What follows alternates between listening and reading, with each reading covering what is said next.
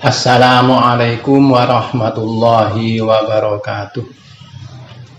Bismillahirrahmanirrahim. Alhamdulillahirabbil alamin wassalatu wassalamu ala asyrafil anbiya wal mursalin sayyidina Muhammadin wa ala alihi wa sahbihi ajma'in. Amma ba'du. Kita lanjutkan materi mustalah hadis.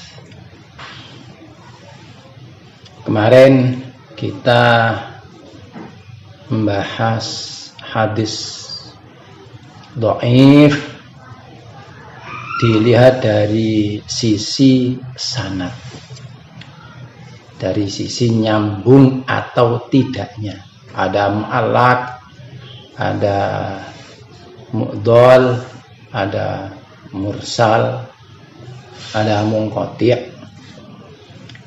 Sekarang kita tinjau hadis dhaif karena rawi. Mungkin rawi tadi tidak adalah, kredibilitasnya dipertanyakan. Mungkin sisi dhabitnya, kapabilitasnya. Jadi dhaif karena rawi, mungkin dari sikap mental sang rawi, mungkin dari kecerdasan atau daya ingatan rawi. Jadi ada dua penyebab secara garis besar, mungkin karena sanad dhaif itu, mungkin karena rawi. Nah, yang karena rawi ini mungkin karena mental sang rawi, adalahnya, mungkin karena daya ingatannya. Karena yang pertama karena mental, adalahnya, kredibilitasnya. Maka ada 5 di sini. Al-kadhib, bohong. At-tuhmah bil kadhib, diduga bohong. Al-fis'u, fasek. Al-bid'atu, bid'ah. Al-jahalah, tidak dikenal. Siapa ini? Itu terkait dengan adalah kredibilitas sang rawi. 5. Kalau dari sisi kemampuan daya ingatan rawi, ini juga 5. Kalau sempurna hadisnya sahih, sempurna ingatannya, atau sedikit berkurang namanya hasan. Tapi kalau daya ingatannya tidak baik, dhaif. Jadi daya ingatan ini juga disebutkan ada 5. Pertama, fuhsul ghalat, keliru. Yang kedua, su'ul hifzi, lalian. Apalane kurang apik. Yang ketiga, al-ghaflah, lalian. Yang keempat, kasratul auham, banyak ngiro-ngiro. Yang kelima, mukhalafatus thiqat, berlawanan dengan rawi yang thiqah. 5 ini nanti bisa dilihat di layar barangkali nanti. Sekarang dari sisi adalah, dari sisi mental, dari sisi thiqahnya, dhaif karena al-kadhib, bohong. Sang rawi bohong berarti hadisnya palsu. Maka disebut hadisnya al-maudhu karena bohong, ngarang. Maudhu, wadho'ah, membuat. Maudhu yang dibuat. Bisa maudhu itu yang degradasi, terbuang. Jadi apa namanya, jatuh al maudhu, palsu. Ini hadisnya kalau orang itu bohong berarti ngarang, maka hadisnya disebut maudhu. Ada yang mengatakan maudhu bukan hadis, itu karangan orang, tidak ada sangkut pautnya dengan Rasulullah Shallallahu Alaihi Wasallam. Gampang konangan nek maudhu itu, mudah sekali untuk dideteksi ini hadis maudhu. Ini jelas haram itu. Man kadzaba alayya muta'ammidan falyatabawwa maq'adahu minan nar. Itu jelas itu masuk ngarang hadis. Mengapa mereka kok ngarang hadis? Pendorongnya banyak. Ngarang hadis karena fanatisme kepada golongan. Orang Syiah mengarang hadis, ribuan hadis yang dikarang. Ya karena membela. Itu namanya ta'asubiyah kepada madhabnya. Ngarang-ngarang hadis. Barang siapa tidak beriman kepada Ali, dia kafir. Itu jelas itu hadisnya maudhu, dikarang oleh orang-orang yang aliansi politik. Jadi politik itu dasarnya politik. Orang Syiah banyak, sehingga kalau sudah Syiah maka kategorinya paling tidak itu ahlil bid'ah. Kalau jelas maka disebut maudhu, palsu. Kalau tidak jelas apa ini karangan apa enggak, maka orang itu disebut al bid'ah. Jadi kalau orang Syiah punya hadis, hadisnya nanti mental dia disebut al bid'ah, hadisnya hadis mungkar. Hadis mungkar. Tapi kalau jelas itu bohong, maka hadisnya maudhu. Jadi karena ta'asubiyah atau karena gawe dalil untuk menghibur orang Islam agar senang ibadah. Barang siapa membaca kulhu sekian, mengatakan qala Rasul, maka pahalanya sama dengan haji sekian kali. Maudhu.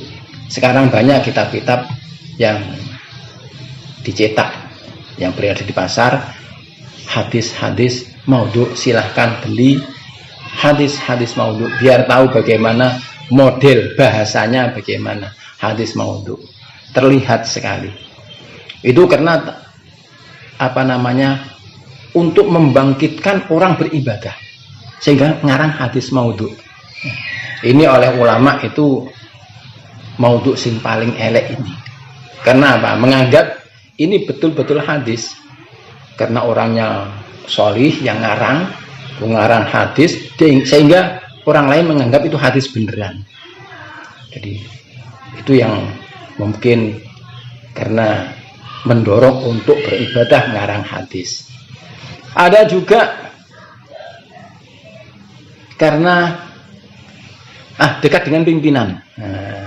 Dengan pimpinan zaman dulu. Ini diceritakan di dalam sebuah hadis, ada namanya Ibrahim Al-Kufi, masuk ke zaman Abbasiyah, masuk ke Amirul Mukminin Al-Mahdi. Nah, kebetulan Amirul Mukminin itu sedang ngelus-ngelus burung merpati. Ngelus-ngelus burung merpati. Jadi ya jelas itu ndak judi, karena hiburan. Akhirnya Ibrahim Al-Kufi ini menyampaikan ngarang itu hadis, ya, nambahi la sabaqo illa fi naslin au khufin au hafirin au janahin. Tidak ada lomba kecuali lomba memanah, nembak, atau pacuan kuda, atau pacuan unta. Nah, ditambahi au janahin atau sayap, karena megang merpati. Si Amir Mukminin sedang megang merpati, orang tamu tadi meneruskan ngarang hadis nambahi, ya. Au janahin, lomba merpati. Ya, jelas ngarang itu. Ngarang itu. Nah, Imam Amir Mahdi faham, wah ngarang ini, hadis ngarang ini. Langsung doro yang dipegang disembelih. Ini. Jadi karena memegang merpati bukan untuk dipakai lomba atau enggak, hanya seneng ngono ae. Begitu ada orang ngarang hadis ya sembelih ngono wis. Ini memalsu hadis. Nah, sekarang mudah sekali. Oleh karena itu kita berbeda ya, Israiliyat dengan hadis maudhu. Hadis maudhu itu buatan sesudah Rasulullah Shallallahu Alaihi Wasallam. Tapi kalau Israiliyat itu legenda, cerita-cerita zaman biyen. Israiliyat ini ya bukan maudhu tapi Israiliyat. Israiliyat kita banyak terpengaruh oleh kisah-kisah Israiliyat yang tidak ada sanadnya. Tidak ada syaratnya. Bagaimana? Kanjeng Nabi memberikan pedoman itu hanya cerita saja. Ojo dindel, ojo dibohongkan. La tusaddiquhu wala tukadzibuhu. Ojo dindel, ya ojo dibohongkan, jarno cerita. Ulama menafsirkan kalau cocok dengan syariat, kalau cocok dengan akal bisa dipakai. Tapi kalau berlawanan dengan syariat atau berlawanan dengan akal, kita buang. Itu cerita-cerita Israiliyat. Kalau hadis maudhu haram. Haram itu bikinan-bikinan mengatasnamakan Rasulullah Shallallahu Alaihi Wasallam. Sehingga kita kalau tidak tahu sanadnya, sebaiknya kita tidak mengatakan qala Rasulullah Shallallahu Alaihi Wasallam. Harus ada rawahu siapa, harus ada. Itu maudhu, dhaif sing paling elek. Tingkatan yang kedua elek yang nisori titik, yaitu at-tuhmah bil kadhibi. Diduga rawi tadi bohong, diduga, maka hadisnya disebut al-matruk, yang tidak dihiraukan, dibiarkan, dibuang. Al-matruk ditinggal, dibuang. Jadi karena diduga bohong, kemungkinan bohong orang ini soalnya dia tukang gedabrus, wonge tukang gedabrus, maka dugaan besar hadisnya adalah bohong. Itu namanya at-tuhmah bil kadzib, bukan maudhu tapi al-matruk. Al-matruk ini otomatis siapa yang diduga bohong, siapa yang ini yang ya ahli hadis, Imam Bukhari, Imam Muslim, Imam Abu Dawud, Tirmidzi, Nasai dan seterusnya, itu adalah yang faham ABC-nya rawi.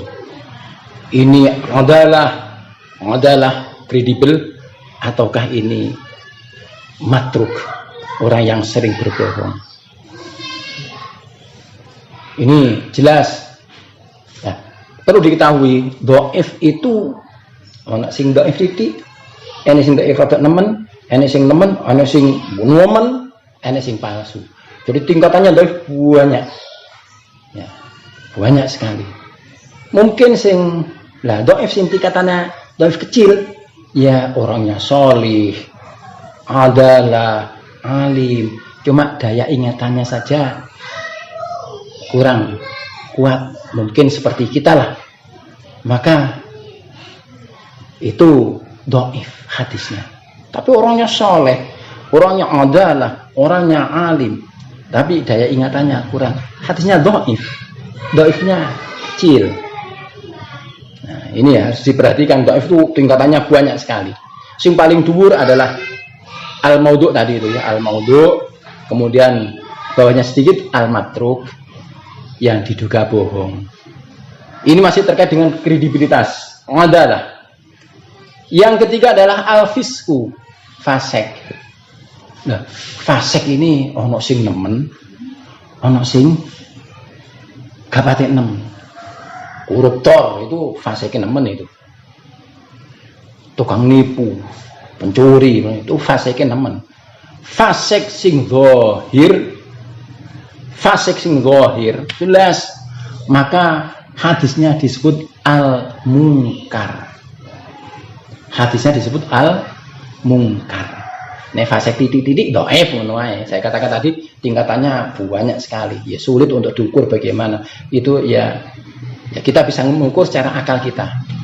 Nek nemen orang fasiknya, maka hadisnya disebut al-munkar. Jadi al-munkar itu mungkin orangnya fasiknya nemen. Orangnya ahli bid'ah. Orang Syiah gawa hadisnya disebut al-munkar. Imam Bukhari, Imam Muslim tidak memasukkan hadis-hadis dari orang Syiah seperti itu. Kenapa? Hadisnya al-munkar. Karena dia itu ahli bid'ah.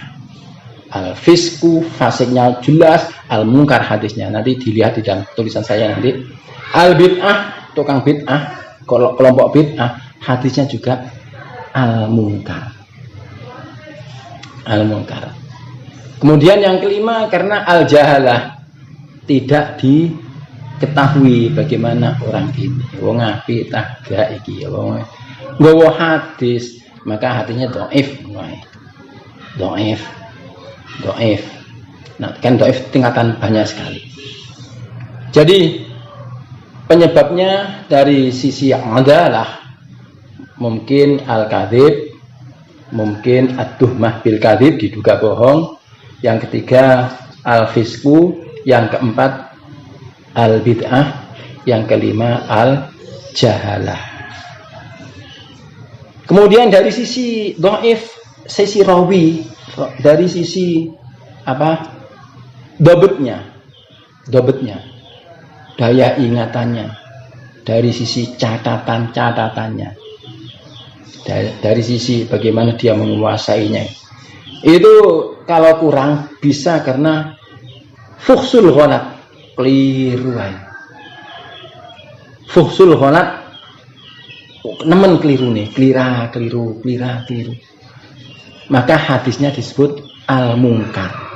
Jadi al-munkar banyak sekali, mungkin fasik dari sisi moral, bid'ah dari sisi moral.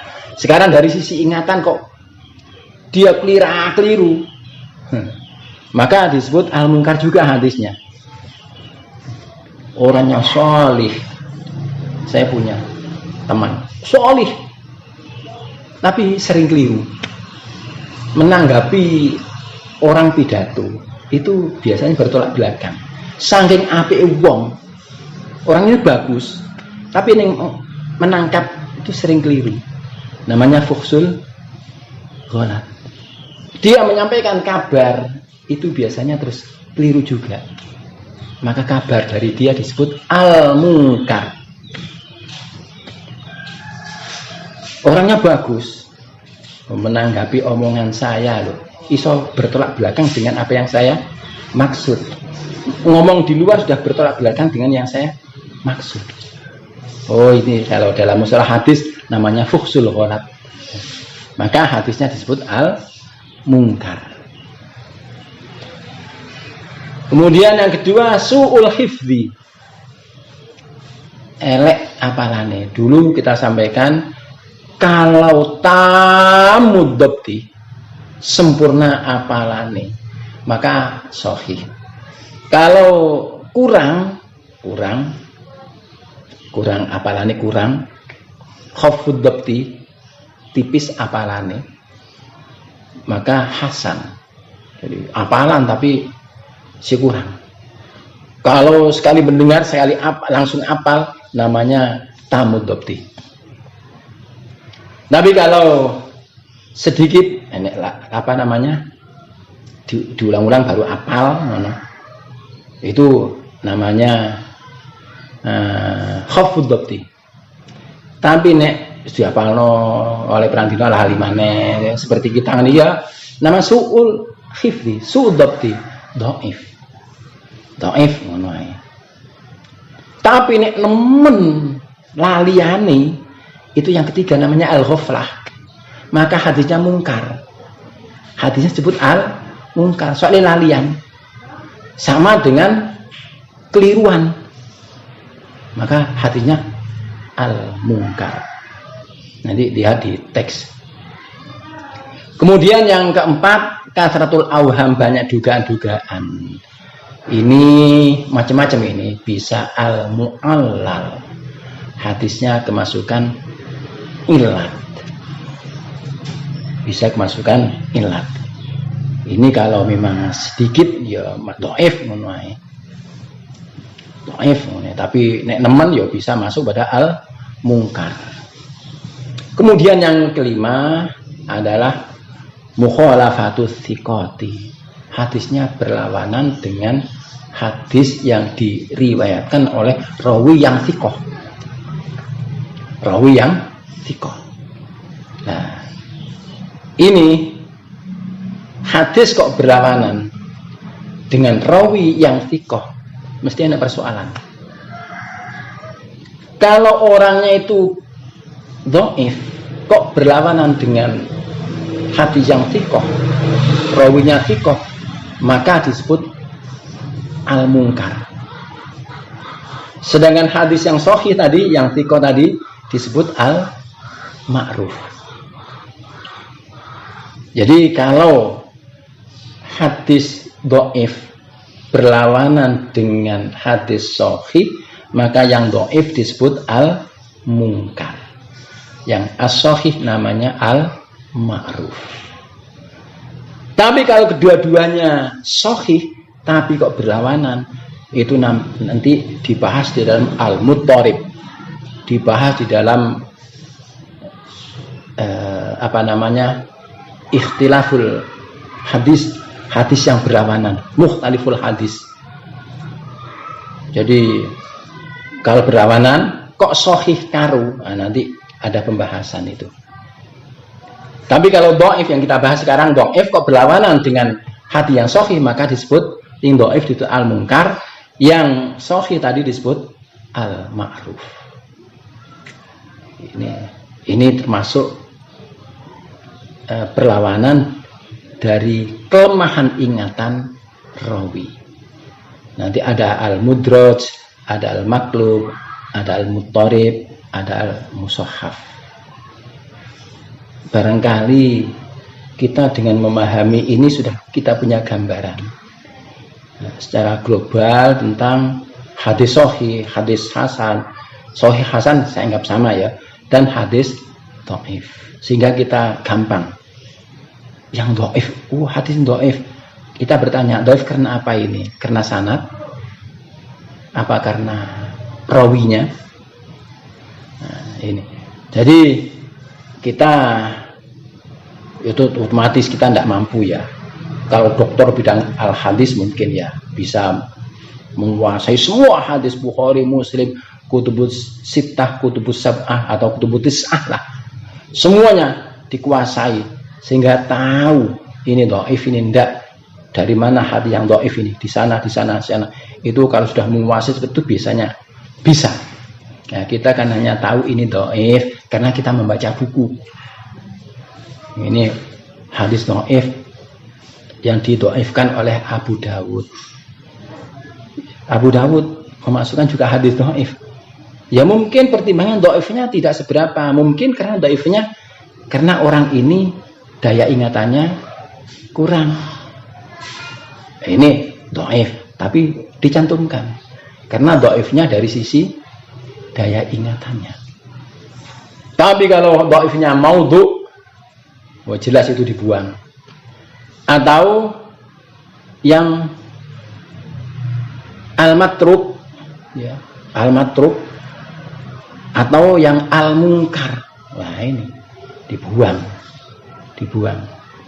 Nah, kita bisa memilah bagaimana memakai hadis maudhu, hadis dhaif. Maudhu tidak boleh, haram. Maudhu tidak boleh, haram, jadi itu palsu. Tapi kalau keliru ngomong, mestinya sabdanya Imam Syafi'i. Tapi kok muni qala Rasulullah Shallallahu Alaihi Wasallam, maka menjadi maudhu. atau menjadi mauquf, maqtu. Maudhu yang jelas maudhu itu. Ini berarti kekeliruan wong sing ngomong. Wong sing ngomong. Mestinya qala Syafi'i man arada dunya fa'ali bil ilmi wa man arada al-akhirah fa'ali bil ilmi wa man aradahuma fa'ali bil ilmi. Lah kok mengatakan qala Rasul. Ini menjadi palsu. Tapi kalau kita mengatakan qala Syafi'i hebat. Itu namanya mauquf maktub, namanya maktub. Disandarkan kepada tabi'in, disandarkan kepada di bawahnya tabi'in. Nilainya hebat itu. Tapi kalau kita mengatakan qala Rasul menjadi maudhu, nilainya wah, itu haram. Itu gara-gara kesalahan kita. Jadi maudhu bisa kesalahan sing ngomong. Yang disampaikan benar karena salah menyandarkan menjadi maudhu. Dikira qala Rasul menjadi maudhu. Tapi kalau yang maudhu yang lain jelas haram. Kalau Imam Syafi'i tadi kan qala Syafi'i jelas isinya bagus. Tapi kalau ngarang-ngarang barang siapa membaca kulhu sekian sama dengan haji sekian kali, wah itu ngarang-ngarang seperti haram kalau itu. Itu maudhu haram disampaikan dan wajib dibuang. Ini paling dhaif sing paling tinggi. Mudah-mudahan lengkap sudah kita membahas masalah hadis dhaif. Sekian. Nah, kalau ada pertanyaan bisa disampaikan lewat WA. Ihdinas siratal mustaqim. Assalamualaikum warahmatullahi wabarakatuh.